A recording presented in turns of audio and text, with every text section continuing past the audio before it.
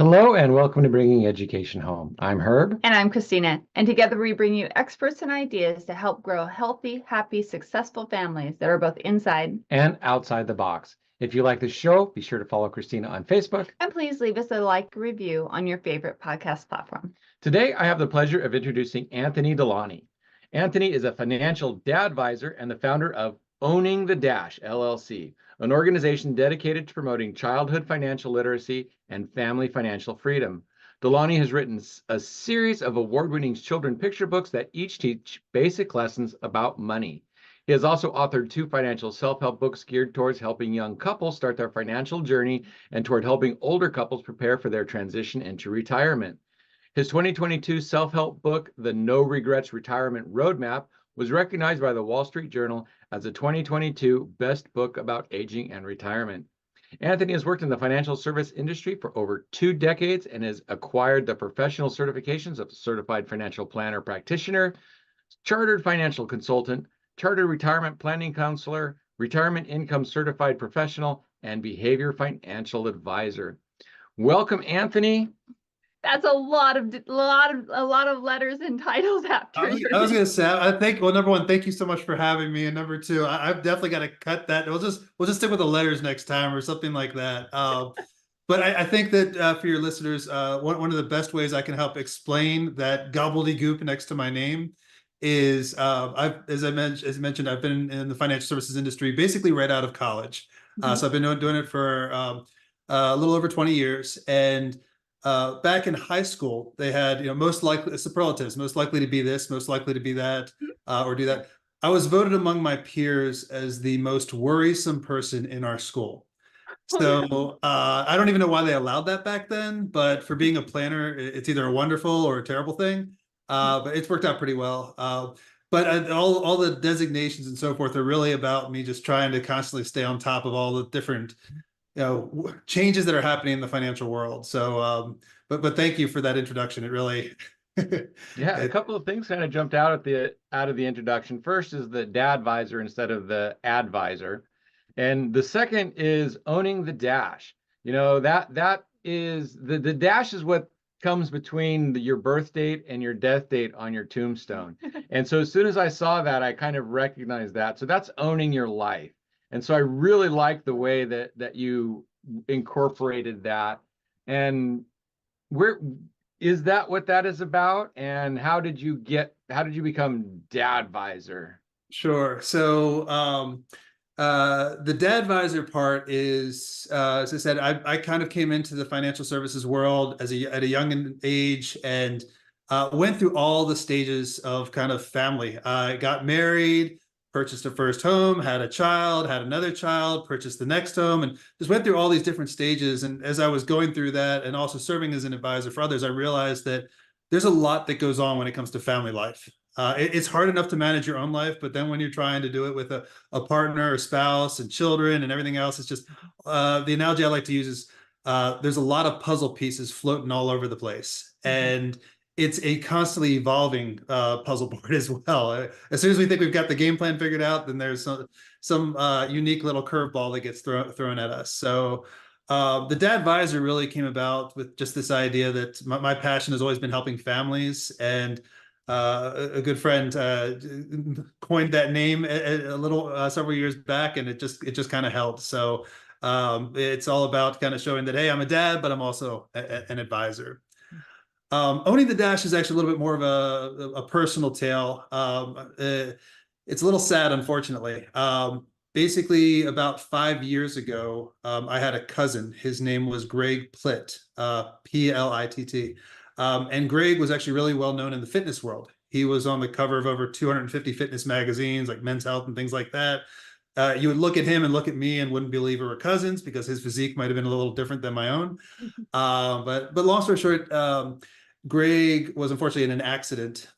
He passed away in an accident back in 2015. And prior to him passing, before vlogging was even a thing, he would have fans and members emailing questions on life and fitness, and he would do video blogs to answer those questions. And as a way of kind of remembering him, I'd watch his videos, and I realized that a lot of his philosophies as they're related to fitness could also apply to the world of finance. And so that is how the first book came to life. And the title itself, as you were just describing it, he actually did a video on death and the idea of owning the dash, taking ownership of your life. We only have this limited time. We have no idea how long the dash is going to be, but just making the most of that time and recognizing that you put things off till tomorrow, they may not be here. So it really hit hard. And titling the book "Owning the Dash," most people, as you can imagine, had no idea that that was a financial book when they first saw it. But when it came out, it fortunately was received very positive feedback. And when COVID started, I decided that book was really written for young families. I wanted to also write one for kind of the individuals looking for the transition into retirement and all those difficult decisions and Social Security and all the other fun stuff. So I started when COVID happened to do that during the evening hours after the kids went to bed. But for any of those that have teenage daughters or sons out there, I have a teenage daughter that does not sleep. So I'd be writing during the evening hours, and then all of a sudden I look to my right and I'd hear, "Hi, Daddy." And my daughter Abby would start writing stories next to me. As I was writing, she'd start writing stories as well. And we came up with the idea of writing a children's picture book that taught a basic financial lesson. And a little while later, Dash and Nikki and the Jelly Bean Game came to life. And that was the first of the Owning the Dash Kids books. And just as of April of this year, we've released the 5th one, and the 6th one comes out in October. So, Wow. And yes, it's been a fun, crazy journey. So we have hit the jackpot here. Not only do we have a financial advisor, someone who understands money stuff, we have a dad who's gone through all the ups and downs, and an author to help our kids and families learn more about all of this stuff. We have totally hit the jackpot today. Yeah. Love it. One of the things that I loved that you said when you were describing that was how things as a dad change all of the time. And as soon as you get it figured out, it changes. And that is something that's really missing right now. And that's one of the things that we encourage in our work is you can't just get somewhere and think, "Oh, now I'm done, I got it." Because the kids are always changing at each level of education. You need to talk to the children differently. You need to approach them differently. It's like you get a strategy figured out. That strategy is good for 6 months, and then you have to find out the next strategy, because this ever-changing world, especially with children, and then it's so important to actually be there at that time. So kudos to you for figuring that out, for putting that in your books, for being able to sit down with your daughter through that different times, said, "Oh, go to bed." Well, I love how you said, "I have it all figured out." I'm about to go through the stage. I've seen a lot of families go through it, but I'm about to go through the learner's permit and getting your driver's license stage. So to say that I have it all figured out, I wish that was true, because the panic that's inside of what's coming, even though you've seen it and you've seen others go through it, there is always this sense of unknown that I mean, it just exists for all of us. So. Yeah, I've taught several people how to drive. It is both rewarding and terrifying at the same time. Not only my children, but other people's children. So yeah, I understand that. Got it. All right. Yeah, and the whole car insurance dilemma. How much car insurance, extra car insurance? How do we get it on the kids' coverage? All that kind of stuff. Oh my goodness. Well, tell us just a little bit more about children's financial awareness. We really want families to really start this a little bit earlier than what we are now, because we have so many families, like you said, who don't quite have it figured out, maybe get into a situation that could have been prevented. And I, as an educator, always tried to bring in a little bit of financial literacy into my classroom as well. Why is it important to start young, teaching our children about this whole financial thing? Sure. So one of the biggest questions with families that over all the years has been, how and when do I start talking to my kids about?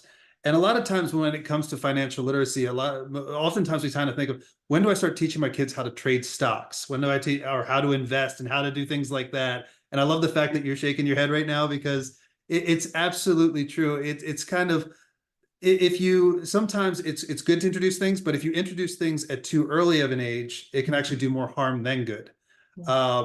And just as a simple example, if you introduce investing, and a lot of times there's so many different ways that kids can invest nowadays. There are apps and things like that. But a lot of those apps, when they make a trade, bells go off, and when or confetti falls from the ceiling or whatever it might be.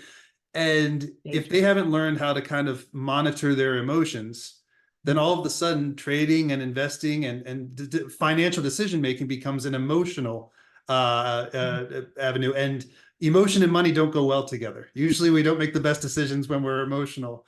And I honestly, I discovered this a bit also with writing the original book on comparing fitness and money, where if your mindset's not in the right spot, if you're stressed, you're probably going to eat poor. You're probably not going to take as good care of your health. So what that discovery helped me to understand was that you really need to focus on those core fundamentals at a very early age. So just like we try to teach our children when they're very young how to brush their teeth, how to do these basic things that are to care for their bodies and to care for what they put into their body and things of that nature, to eat those vegetables or whatever it might be. Those habits and those mindsets around those types of things they apply to all the different areas of life, whether it's fitness or finance or all sorts of different items. And so when it came to writing the kids' books, I realized that I had to go way back. We had to kind of start right at the stage where children maybe don't understand what money is. A 3-year-old, a 4-year-old, a 5-year-old doesn't understand. They can't make money. They can't earn it. So it's very hard for them to appreciate its value. But they can understand certain concepts. And going back to the first book, Dash and Nikki and the Jelly Bean Game, it basically involved a brother and sister who might look just like my kids, just, on the side note. But they wake up one morning and there's a letter waiting for them. They open it up and invite them to play the Jelly Bean Game.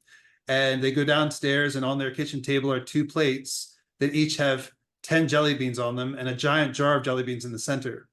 And have either of you ever heard of the marshmallow study? Oh, yes. Okay. Yeah.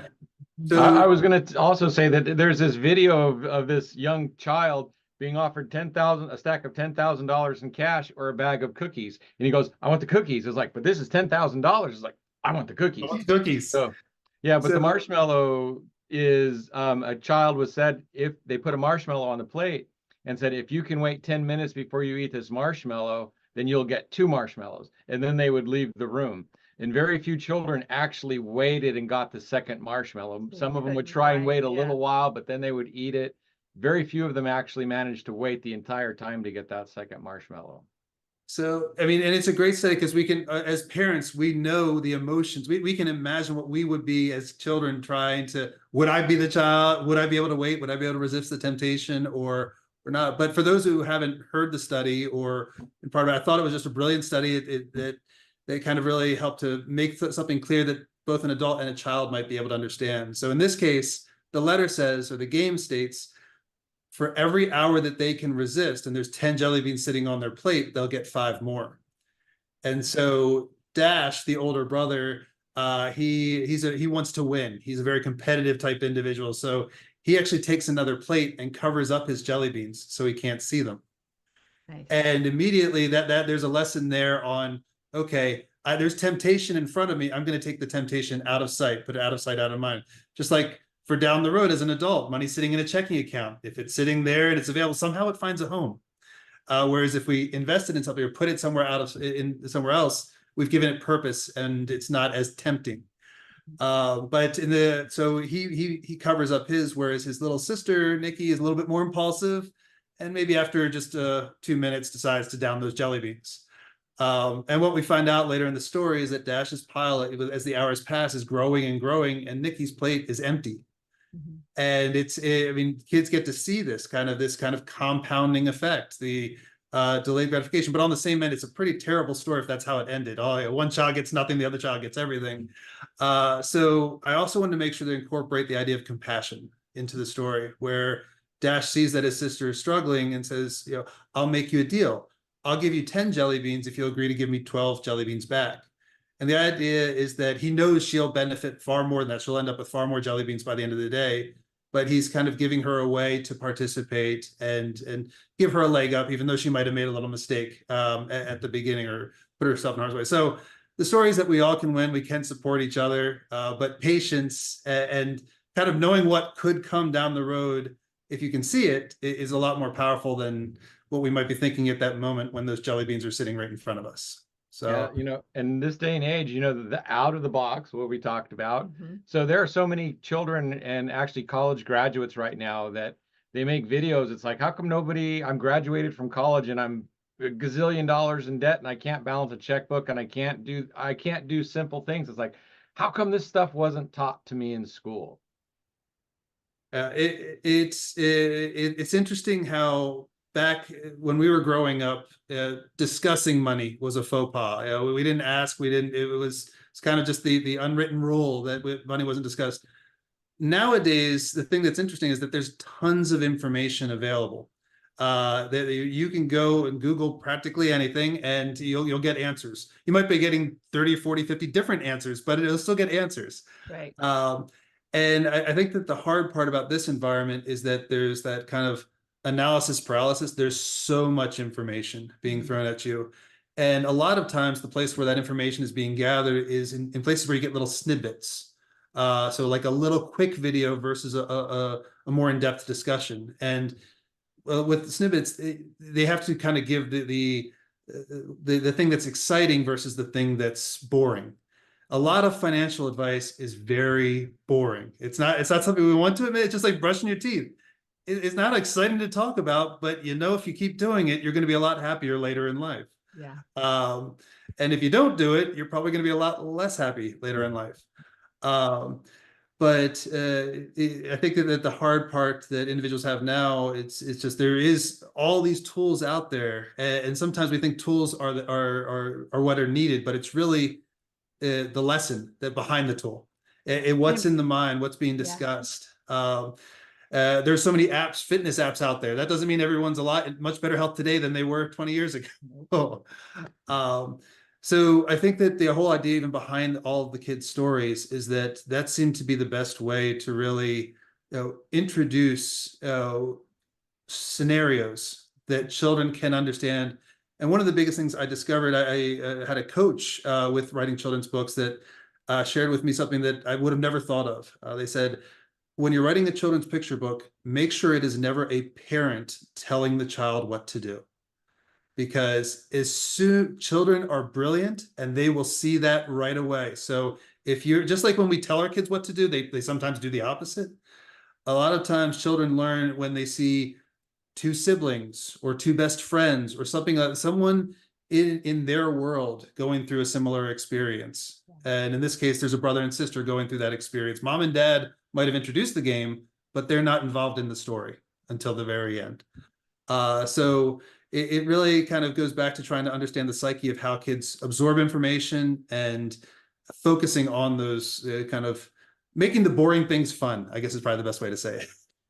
And I really, really like that. One of the things that, as a teacher, I kind of worked around a little bit about the adult telling the child what to do was if you ask permission. And it's a marketing thing, it's a sales thing, but you always ask permission. And so even if you are the adult that has to give the information, ask permission. Do you want to know what some other kids sometimes do in your situation? Because then the kids are thinking, oh, this other kid did it. It's not mom and dad telling me what to do, it's what they've seen other kids do. So that, if you don't have that trusted brother or sister or whatever, maybe by expressing it to your child that way. Do you want to know what some other children have learned or can do in this kind of situation? Then sometimes it helps them out too.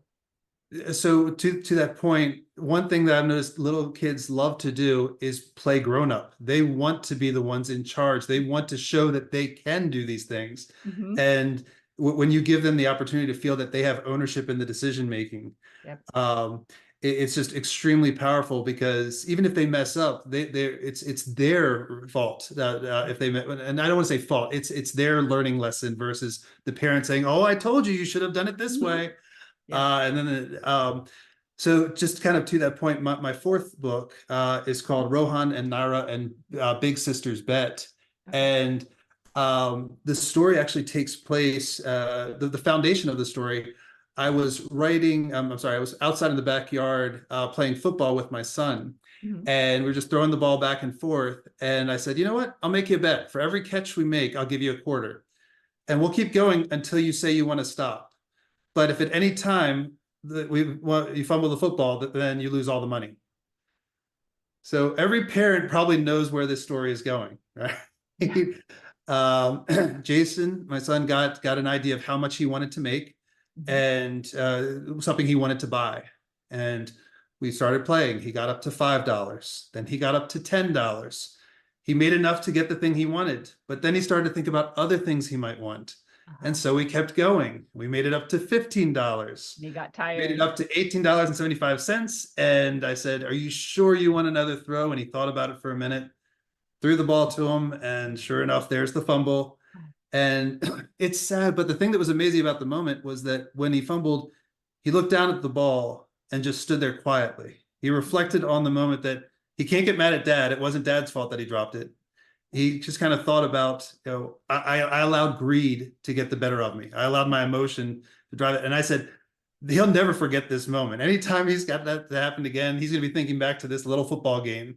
So I said that has to be turned into a story. But in this case, it's going to be, once again, a brother and sister playing catch versus a dad and son. So it's fun just to kind of stories that kids can relate to, but we can see where they can go. And we can see how, if we can understand our emotions and greed at an early age, once it comes to the big financial decisions like buying a car or investing in the market or doing things like that, it's a lot easier to be prepared. That is wonderful. So when you start teaching your child about coins and dollars and things like that, which they don't see very much anymore because we have these silly little plastic cards, is that where you would usually start if you were actually laying out a course for your child, or would you talk about saving and buying? Where would you kind of start with your child? So I think one of the best places to start is one. So my daughter's now in high school. And what I can say is that if you don't introduce the concepts to them, those concepts will be forced upon them.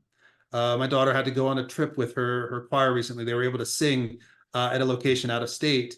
And it was her first trip by herself or without parent as chaperones.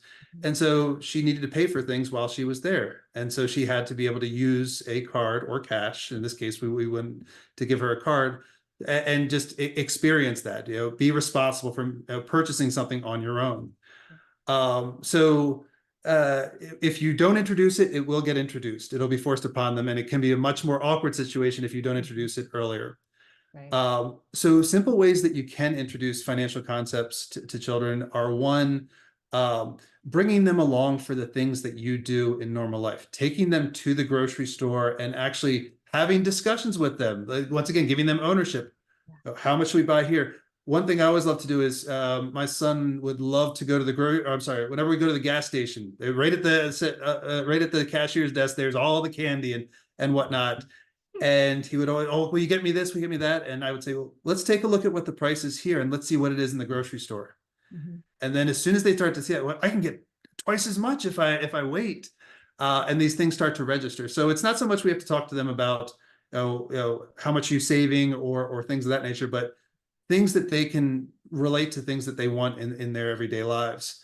And then once they do start making money, whether it's through allowance or through work of some sort, one thing I found very helpful, especially if you have stubborn children, not to say mine are stubborn, they're not, they're wonderful, and No, they're never. persistent. They're persistent is a good word. Giving them ownership in a decision. So if as an example, my son says, Dad, can we get that candy item at the gas station? If I feel it's appropriate for him to get, I'll say, yes, but you have to pay for 50% of it. And then we all of a sudden start incorporating math. Okay, I have to figure out how much 50% is. Am I willing to give up that much of my money for that item? And then they start taking more and more ownership in the decision. And for those that are savers, your kids will never ask you again to buy something for you. On the other end, you might have a child that doesn't really care too much about money, and it'll be a different type of discussion. But you're always the one giving the final control over whether or not they participate, but you're at least allowing them to participate. I think that's the most important part. Now, a few words about vibrant family education. How many entrepreneurs and business owners start out on this journey to make a better life for their family, only to find that it took so much more time and effort than they were expecting that they had even less time for their family? I know I did. At Vibrant Family Education, we want to help you reach your family goals while you're still building towards your business goals. We do this by bringing you the third leg of the stool to keep your family upright, family education development. By bringing your children's education home, you will be able to model your work ethic and family values as you overcome obstacles and challenges to build your business. Instead of learning facts to pass tests, your children can be watching and seeing the dedication it takes to build your business and the legacy you want to create for their future. They will be able to witness the struggles and joys, the wins and the losses, and learn from you how to persevere and grow in life. Instead of waiting until you get successful to spend more time with your family, start with the end goal in mind and bring your family home. Instead of trying to repair your family after you reach success, let us help you start achieving your family goals from the outset. Learn to be successful with your family now, and no matter what happens in the future, they will be better prepared for life, especially after watching how you cared for and built not only a business, but a healthy, happy, and successful family. We offer a wide range of educational services, including how to easily get started with homeschooling. Come visit us at vibrantfamilyeducation.com and let us show you how. And now, back to our guest. Yeah, so when you get into the world of entrepreneurship, a lot of this planning stuff goes a little differently. It shouldn't, but it does, because you get involved in your business and sometimes your business needs more money, and sometimes those hidden piles of money that you have for a rainy day, it's suddenly raining very hard and you kind of need them for your business. So a lot of entrepreneurs end up going through much different kind of cycles. Do you cover that in any of your books or any of your trainings yet? Because again, it's a different kind of a conversation with your children when your life is riding on your last dollar. Absolutely. Obviously, that's a bit more of an adult conversation. And if things continue to progress with owning the dash in the way I hope they will and intend for them to, the chapter books will likely come where we start introducing business concepts to young children. And I say young being teenagers and things over. That's really when they can start understanding some of those more complex pieces. But even for adults, after working with families for 20 years, I've seen a lot of business owners, and we're in a world where every year it's constantly evolving. As soon as, like you said in the beginning, as soon as we think we've got it figured out, there's this new dynamic that gets brought into the mix. And yes, starting a business is it's a whirlwind is probably the best way to say it. Right. Even if it's a franchise and you have a blueprint of some sort, it still is a whirlwind because you have to be willing to commit some level down initially, time, money, and so forth. So I think that the first thing, even before starting the business, is kind of really doing the full assessment of, oh, is it just me I'm doing this for, or am I or do I have family that I have to also care for? And if I do, then what thresholds am I going to give myself for the business? In other words, I don't want to sacrifice the family for the business. Or at least I want to make sure the family, my spouse and so forth, is on board and aware of what's going on. Because if you start, the real problems with finance start to happen with adults when you start making individual decisions or hiding decisions because you don't want to deal with the aftermath or the discussion. And sometimes they are hard discussions, especially when it comes to, even with introducing these books, there was a down payment of time and money and so forth. And you sometimes feel all the emotions, from extreme excitement of what can come to extreme guilt for, should I be taking all this time to invest into bringing this business to life?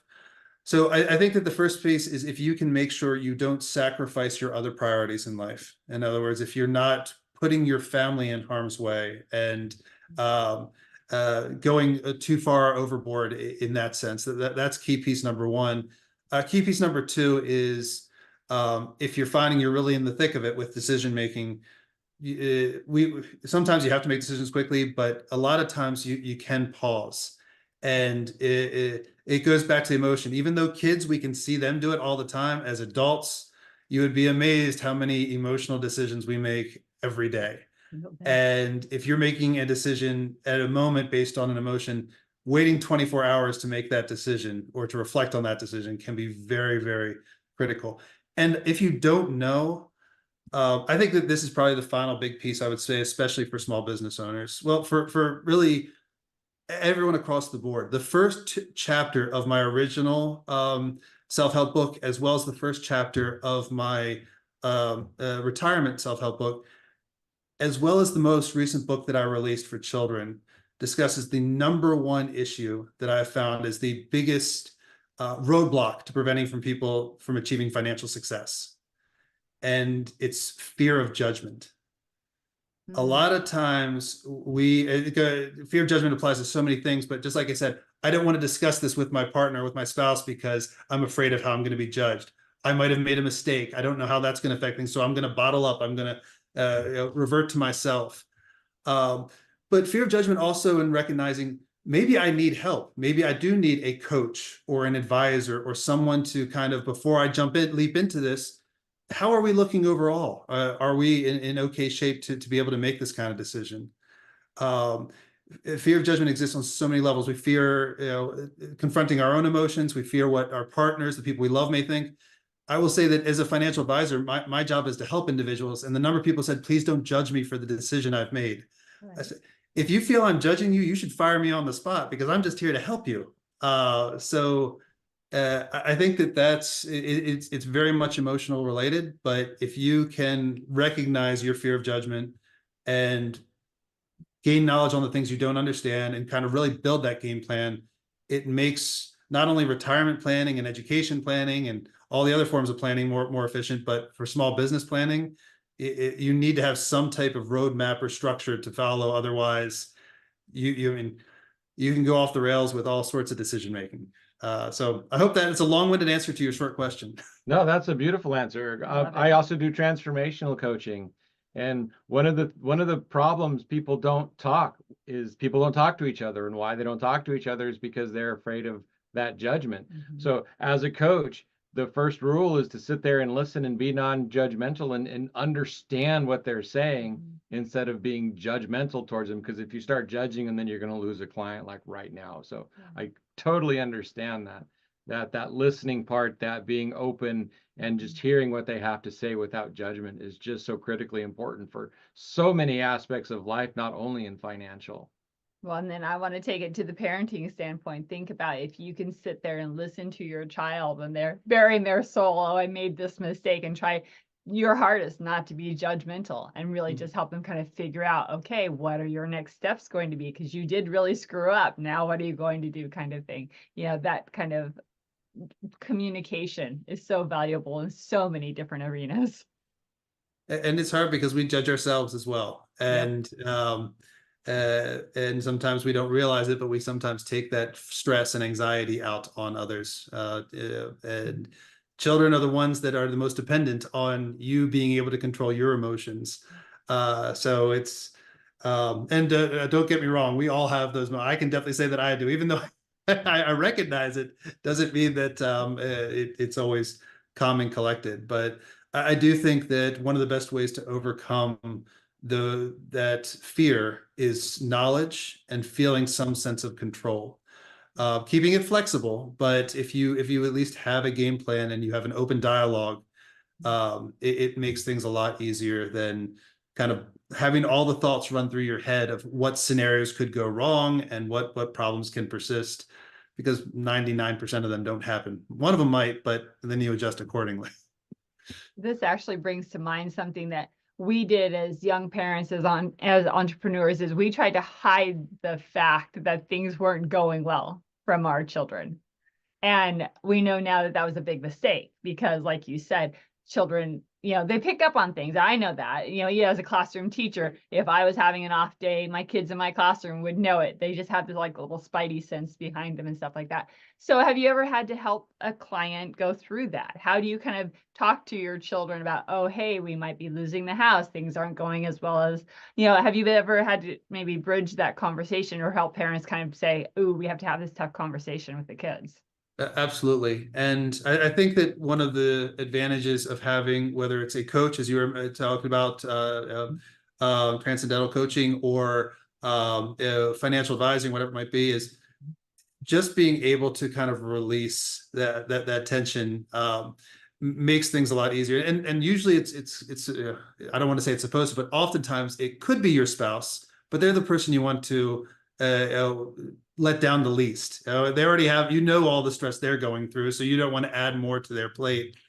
But the hard part is if you don't, then you go to the next person you're most likely to that loves you, and that's your children. Yeah. So I think that with parenting, it's a matter of realizing that your children are learning the good and the bad, and we don't learn through success; we learn through failure. Mm-hmm. And the things that the children will observe is, okay, my parents, they haven't failed. Failure is not a great word. We learn through mistakes, whatever you want to call it. Yeah. But how are they reacting in this moment?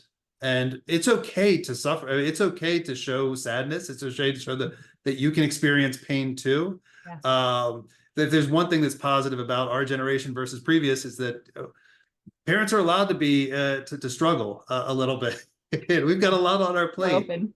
But the biggest part is just recognizing when you're talking to the kids, even if you do get stressed, they get stressed too. They have outbursts. It's okay for an adult to have an outburst.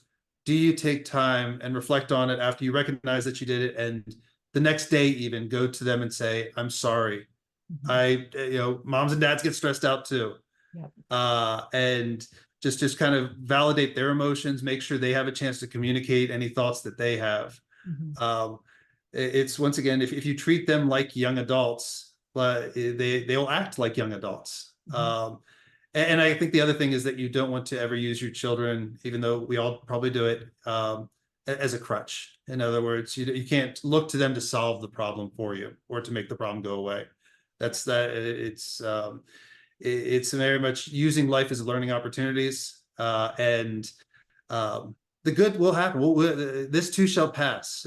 Tom Hanks said that recently in a little thing. So we get through. I've seen a lot of craziness over 20 years, and we get through it. And especially with small business owners, be prepared for the first 3 years to be a little chaotic, right? Just a little. A little bit. Wow. It's Yeah. See, exciting Dad when you get advisor the- came right in there. Right there, Dad advisor just matched right up. Perfect. Sorry. No, that is It's- lovely. And like I was saying, and the whole reason for that question is like we have parents who are, stressed over finances or stressed over whatever. And again, that conversation just to highlight, it's okay to have that conversation with your children. Of course, age appropriate. You don't want to, scare a little one, but at the same time, like you said, be vulnerable, talk to them, make sure they're able to ask questions so that they aren't thinking it's them, oh, I'm making mom and dad stressed out. I'm making mom and dad upset, when it's the finances instead. I'll also share one thing that I've shared with families across the board when it comes to the most successful clients I've seen over the years when it comes to financial planning. They incorporate two things into their planning. The first, it's a crude joke, but it sticks. They incorporate the F word, flexibility. And that's the only reason I could say it that, because it sticks a little bit more, but flexibility is key because, as we all know as parents, things are constantly evolving. So when you're implementing a plan, how can we make it flexible? How can we make sure we don't, with setting up the business or with saving into a retirement plan? Yes, do we understand what restrictions exist? Do we understand the liquidity factors, all those other things? If we can keep things fairly flexible, then we can adapt to changing environments. Whereas if we just kind of have, this is the way and that's it, then it makes things hard. And if we're only saving into one type of account and we're not sure exactly how it works, like a 401k, we can't really touch until 59 and a half. That doesn't help for education. That doesn't help for that car purchase that may be coming up in a few years, or for the business we're trying to get started right now. Exactly. So that's number one. And the second one, so flexibility is number one, systematize is number two. The more systems you can put in place, the less you have to think about. And kind of the analogy of planning is, you have all those puzzle pieces all over the place right now. The initial year, you want to build that frame of your puzzle. And then as the years progress, you can build pieces more and more. But until you kind of have that frame and are able to take that random thought in the back of your head out of the way and know, I'm doing this, and by doing this, I know I'm on track for this, or I'm on track for that. I don't have to think about it anymore. Right. It's just kind of like teaching kids those habits right from the get-go. If they're brushing their teeth, I'm sorry to keep going back to that one, but That's okay. then their teeth are probably going to be in pretty good shape, and they're not going to have to worry about the drill at the dentist office the next time they go in. Exactly. So it's flexibility and systematizing things just help to keep the flow going and allow you to focus on the things like growing the business or like taking care of the children or whatever it might be. I love that. Yeah, it reminds me of whenever I talk to parents about rhythm and routine. You know, we have routines set up with our children, like brushing your teeth before bed, your bedtime routine, your dinner routine, your get ready to go in the morning routine. And again, it's one of those things that when life throws us a curveball, we can fall back on those routines. The kids can fall back on those routines, know exactly what's coming, and then things settle down a little bit. So yeah, financial talk, parent planning talk, very similar. It all comes together, right? It's Sure all does. Yeah, the world's very holographic. All the pieces, as above, so below. It's just kind of all the problem. You know, if you have a problem, it's going to be in different places. If you have the successes, it's going to be in different places. So it's very interesting how it all kind of fits together. Exactly. Well, I will say that oftentimes when it comes to stress and so forth, one of the things that we're most likely to do is focus on logic and avoid relationship. And that can be one of the biggest harms that exist. Relationships, whether friends or advisors or coaches or spouses, those are the things that get you out of the rut usually of the mindset that you're in. So I think that's another important thing for us to just always be mindful of, no matter what journey we're taking. Going back to the fifth book that I just mentioned, The Fear of Judgment, it basically involved two children who are attending their first gymnastics class, and they're going to use the springboard, and one tries the springboard and falls flat on his face and is worried that all the kids in the room are making fun of him and laughing at him. And the other child doesn't want to even try because they have the same fear. They have the anxiety building around that. And so they separate from the group. And in this case, Dash actually happens to be a gymnast from the original book. Jason, my son, is a gymnast. So he comes in to tell them, I went through the same emotions. This is normal. We do want you to succeed. We do want you to do well. Just like for the two, I want whatever that business is we're discussing, I want it to be extremely successful. Yeah. We want each other to succeed, even though the news might tell us, or the media like shock value, so they'll tell you bad things. The reality is we all care about each other. We love seeing each other succeed. We love the underdog stories. Right.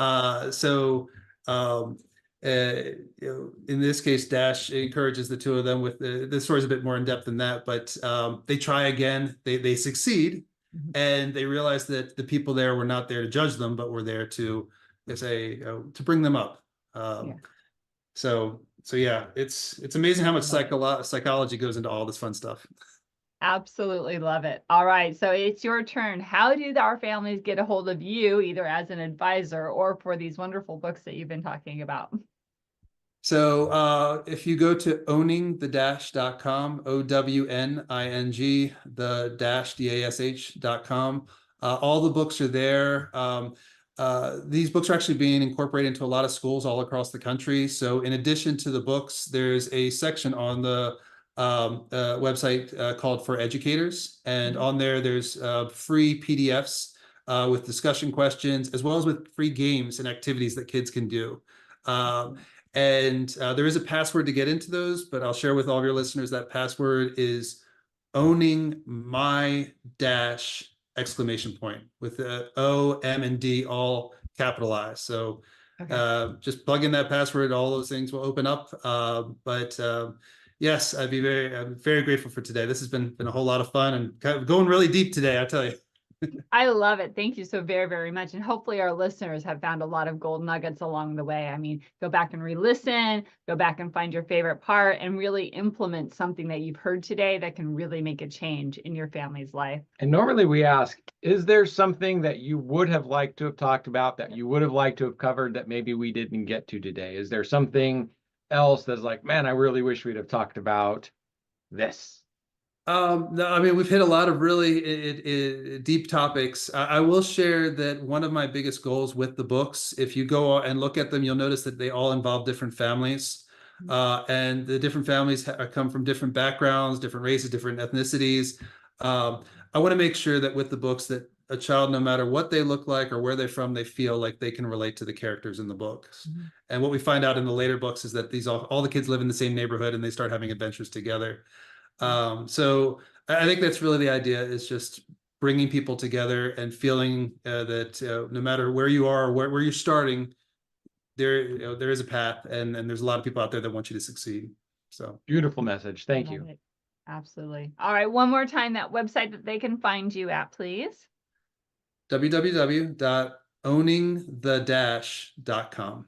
Owningthedash.com. Excellent. All right, listeners, it has been another wonderful episode. We are so glad that Anthony joined us today. And hopefully, like I said, you picked up those gold nuggets and you're going to put them in your pocket, take them with you, and put them out into use and into play, and not just hiding them in your pocket. So go explore, learn, be with your family, and improve every single day. And Anthony, I would like again to thank you for coming today. You saw a problem, you saw a need, and you're putting yourself out there into the world in order to make a difference.